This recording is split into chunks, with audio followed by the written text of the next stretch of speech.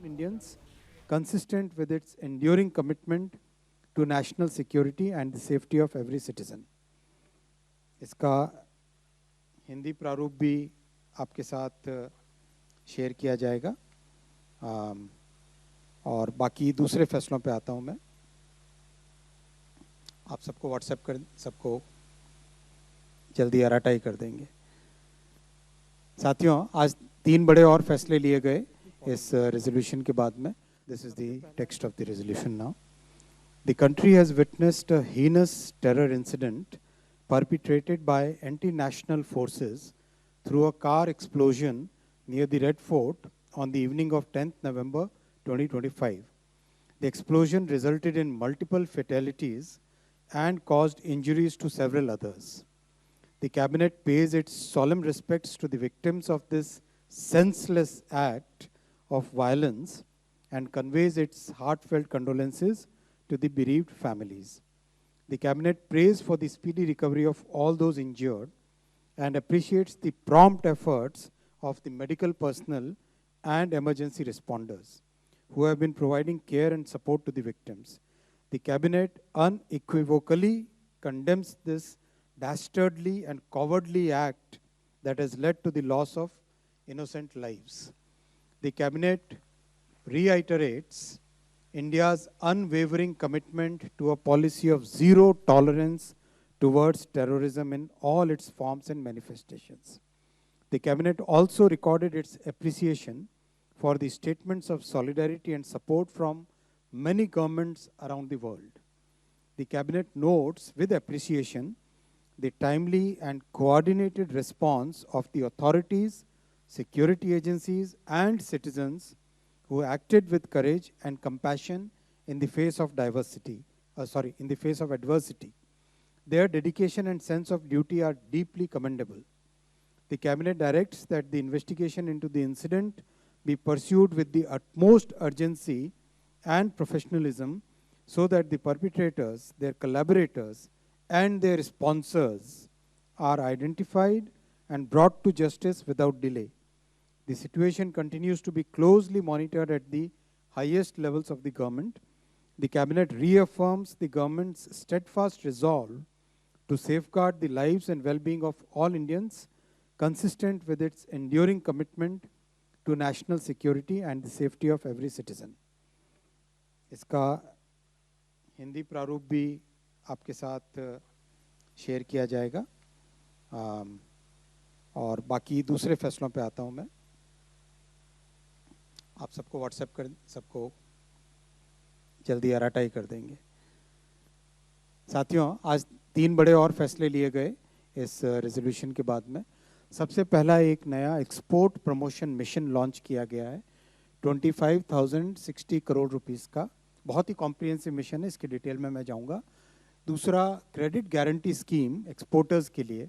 आज की जो परिस्थितियां हैं उन परिस्थितियों में क्रेडिटर्स हमारे एक्सपोर्टर्स को कैसे सपोर्ट करें, उसके लिए credit guarantee scheme 20,000 crore rupees की आज अप्रूव हुई है कैबिनेट में माननीय प्रधानमंत्री जी के नेतृत्व में।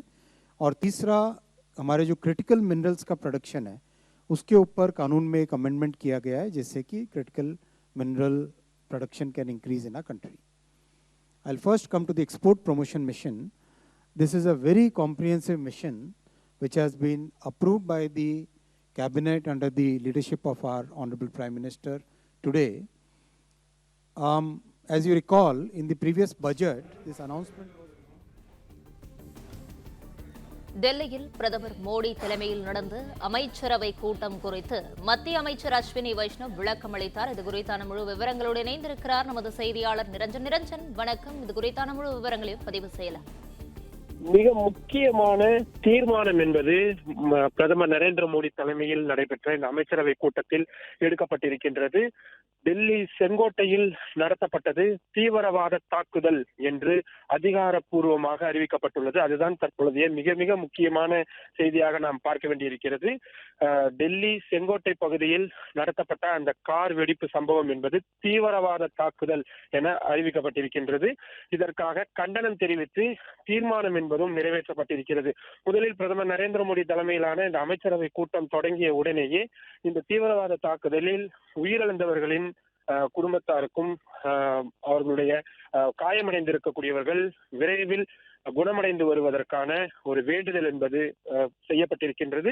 பிறகு உயிரிழந்தவர்களுக்கு அஞ்சலி செலுத்தும் வகையில் 2 நிமிடம் அனைவருமே எழுந்து நின்று, பிரதமர் நரேந்திர மோடி உள்ளிட்ட அனைவருமே எழுந்து நின்று 2 நிமிடங்கள் மௌன அஞ்சலி என்பதை செலுத்தியிருக்கிறார்கள். அதற்கு பிறகு இந்த தாக்குதல் சம்பவத்திற்கு கண்டனம் தெரிவித்து தீர்மானம் என்பது நிறைவேற்றப்பட்டிருக்கிறது.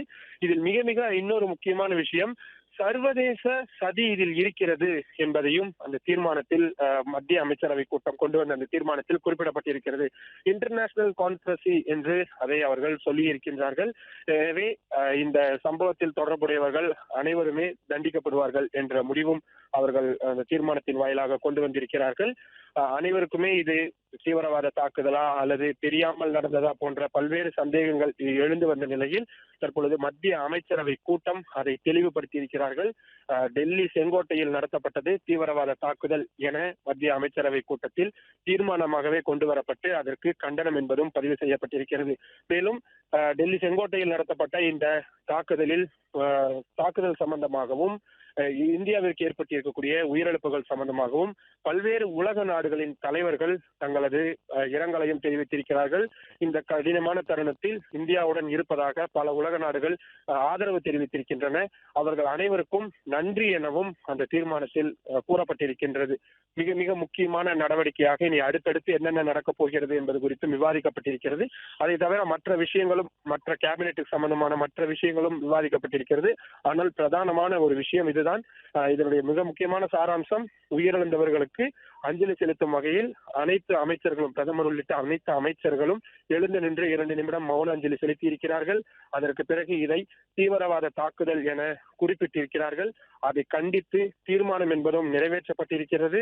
உலக நாடுகள் இந்த கடினமான தருணத்தில் இந்தியாவுடன் துணை நிற்கக்கூடிய அனைத்து உலக நாடுகளுக்கும் நன்றி தெரிவிப்பதாகவும் தீர்மானத்தில் தெரிவிக்கப்பட்டிருக்கின்றது. விவரங்களுக்கு நன்றி நிரஞ்சன்.